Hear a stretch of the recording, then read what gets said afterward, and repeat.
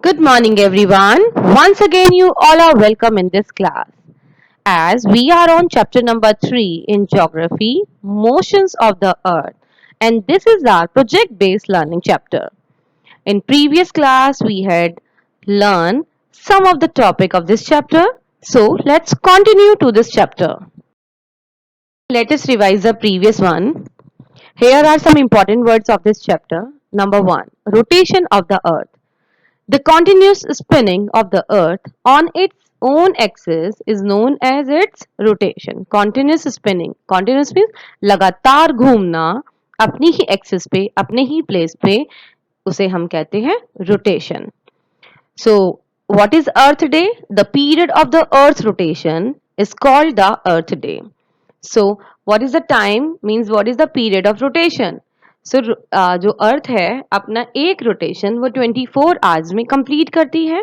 So, this period is known as the Earth Day or the Earth rotation period.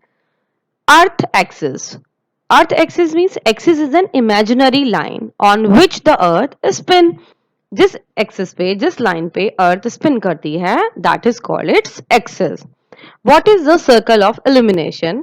A zone of diffuse dim light that occur between day and night. ये आपने earlier ही read करा है what is dawn and dusk. So these are the diffuse lights which we known as dawn and dusk. Okay, यानी before sunrise and after sunset. So the एक orange light जो dim light होती है diffuse light होती है that is called dawn and dusk. Now what is revolution? The movement of the earth around the sun. Rotation क्या था अर्थ की अपनी ही एक्सिस पे घूमना.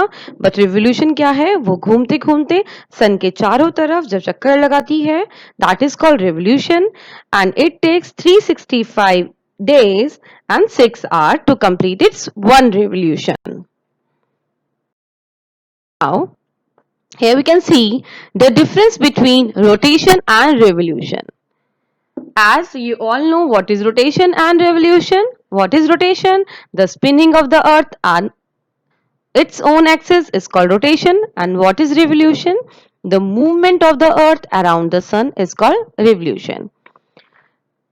Earth, the complete one rotation, it takes 24 hours.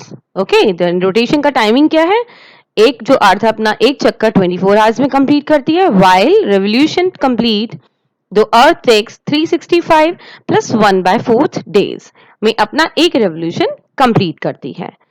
Same the effect of. What is the effect of rotation? क्या अकर होता है? The effect of rotation is day and night as we had already studied, and the effect of revolution is the changes in seasons. Now we learn effects of the earth revolution. Earth revolution के क्या क्या effects होते हैं. As you all know अर्थ का one revolution 365 days में complete हो रहा है. मींस पूरा ईयर लग गया उसको प्लस 6 आवर कंप्लीट हुए. तो पूरे ईयर में आपने क्या क्या चेंजेस देखे ये आपको पता ही है. आपने बहुत सारे सीजन्स देखे.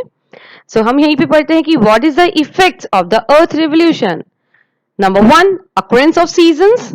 Number 2 varying the lengths of day and night. ये आपने देखा है ना कि दिन छोटे रातें लंबी एंड रात जो छोटी होती है और दिन लंबे.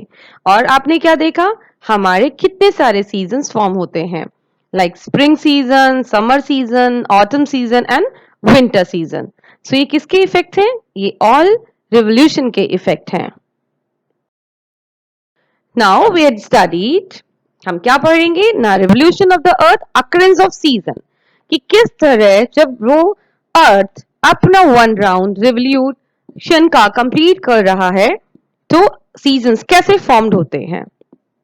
Okay so we start. Earth centre में है और अर्थ के चारों तरफ क्या सॉरी सन सेंटर में है एंड सन के चारों तरफ कौन लगा रहा है चक्कर? अर्थ अपना एक चक्कर एक अपना जो स्पिनिंग ग्राउंड है वो अपना कंप्लीट कर रहा है. सो आपके यहाँ पर 4 डेज हैं 21 मार्च, 21 जून, 23 सितंबर एंड 22 दिसंबर. So start here 21 June summer solstice. Okay, sun. What is पहले के sun? Sun is the ultimate source of heat and light. तभी हमारे अर्थ पे डे एंड नाइट फॉर्म होते हैं, क्योंकि ये आपने आपने पहले ही देखा था, एक एग्जांपल भी देखा था कि अगर आपके पास एक राउंड, एक सर्कुलर, एक स्फेरिकल ऑब्जेक्ट है, अगर आप उसको टॉर्च आप मारेंगे उसके ऊपर, तो जो टॉर्च की लाइट होगी वो एक पार्ट में आएगी और उसके जो पीछे बैक पार्ट है वहां तक उसकी जो लाइट है वो नहीं पहुंच पाती है। ठीक है, सेम जो प्रोसीजर है हमारा अर्थ और सन के बीच का है।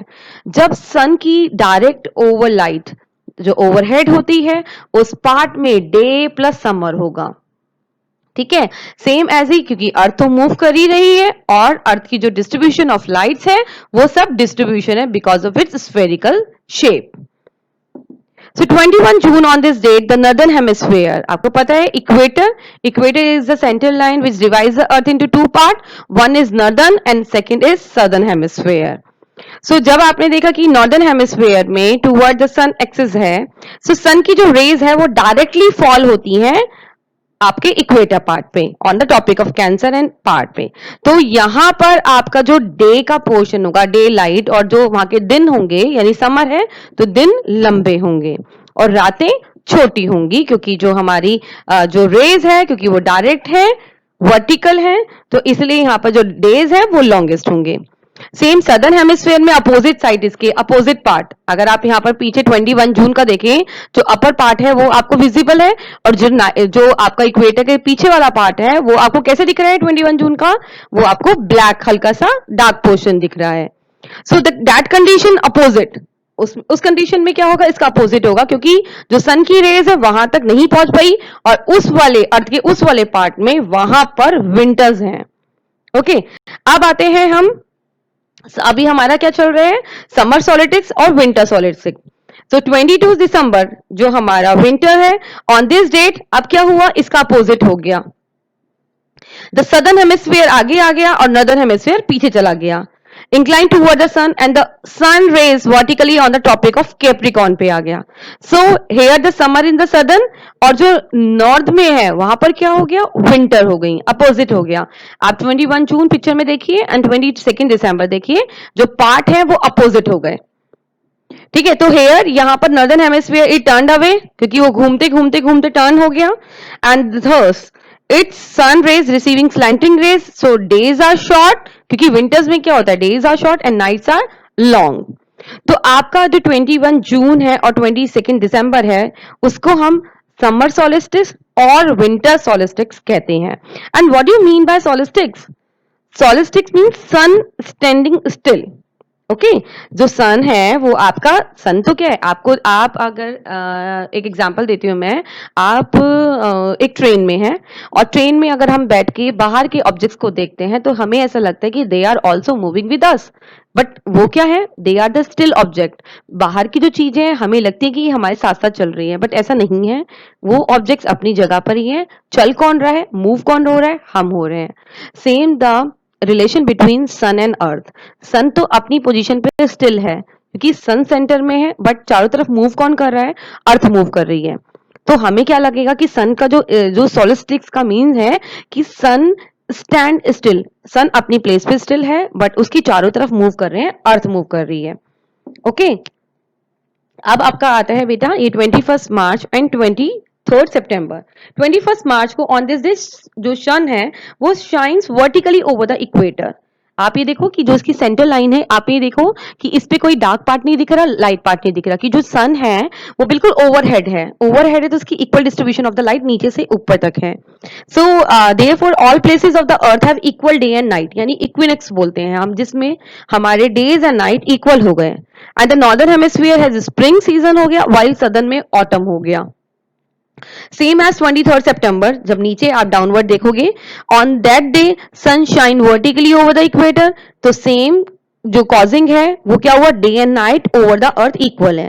As the time northern hemisphere अब अपोजिट हो गया, पहले नॉर्थ में क्या था, स्प्रिंग था, तो अब नॉर्थ में ऑटम हो गया और साउथ में स्प्रिंग हो गया, इक्वल अलग हो गया, डिफरेंट। तो हम 21 मार्च को और 23 सितंबर को इक्विनॉक्सेस कहते हैं। Equin means equal, okay, equal nights, equinoxes, जिसमें कि sun is overhead at the equator and the days and nights are equal in length throughout the world. So जो आपका 21 मार्च है बेटा, उसको हम स्प्रिंग के नाम से, एंड 23 सितंबर है उसको हम ऑटोमिनल, क्योंकि ऑटम सीजन है, वो ऑटोमिनल इक्विनेक्स कहते हैं। I think it is clear to you. Now varying the length of day and night, varying means difference, day and line की जो डे एंड नाइट की जो लेंथ है वो कैसे डिफरेंट है। सन अगेन स्टिल पोजीशन है, एंड दे है समर एंड विंटर, टू आपके पार्ट हैं। ओके और इक्वेटर सेंटर लाइन में आपको देखो पहले look at the summer, equator divides northern and southern hemisphere. Sun आपका कहाँ है, सन स्टिल पोजीशन पे है आपका। तो डे एंड नाइट्स, कभी दिन छोटे रातें लंबी, दिन इक्वल रातें इक्वल, ये सब क्यों है, अभी आपने सीजन्स का फॉर्म आपने पढ़ा ही है। So you have notice that the earth is incline, क्योंकि आपने एक्सिस को इंक्लाइन देखो टेढ़ी है वो, ठीक है। So the northern hemisphere remains tilted toward the sun on the half। आप देखोगे ये नॉर्थ को, आप समर को देखिए तो ये हाफ टिल्टेड है, हमारा टिल्ट माने घूमी हुई है, and southern hemisphere is inclined toward the sun during the another half the year। ये आप पिक्चर में देखेंगे, northern hemisphere is inclined toward the sun। तो यहां पर क्या हुआ, यहां पर 6 मंथ तक ये इंक्लाइंड ऐसे ही रहता है। So this time the days are longer, क्योंकि सन की जो रेज है वो नॉर्थ हेमिस्फीयर पे है, तो वहां पर क्या हुआ, आपका समर सीजन हुआ, तो यहाँ पर डेज लॉन्गर है और नाइट्स जो क्या है शॉर्टर है। ओके और इसके अपोजिट सदर्न हेमिस्फीयर में क्या हुआ, क्योंकि वो फेसेस टूवर्ड द, क्योंकि वो पीछे आ रहा है, सन का पार्ट नहीं जा रहा वहां पर, तो वहां पर क्या हुई, डेज आर, जो length of days and night है वो इक्वल एट द इक्वेटर है throughout the year, because it receives equal amount of the sun rays in both condition. यहाँ पर इसका सदर्न हेमिस्फीयर में आप देखोगे, ओके नॉर्दर्न सदर्न हेमिस्फीयर में। तो ये आई थिंक ये ऑल क्लियर।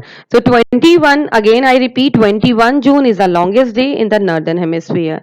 जो 20 पूरे होल ईयर में 21 जून है वो हमारा लॉन्ग डे है, और 22 दिसंबर वो हमारा सदर्न हेमिस्फीयर में लॉन्गेस्ट डे है। ओके एंड इक्विनेक्स में क्या होता है, days and night are equal length during the equinoxes।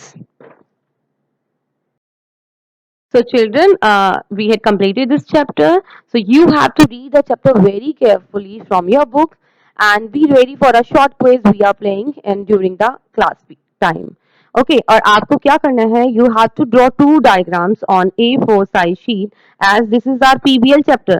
So we had not done any written work, the question answer in notebook। सो हमें क्या करना है, इसका एक प्रोजेक्ट बनाना है, rotation of the earth and revolution of the अर्थ के diagrams बनाने हैं आपको A4 साइज शीट पर, और इसको थॉरोली चैप्टर को रीड करना है। On the your basis of understanding we play a short quiz. Thank you, have a nice day.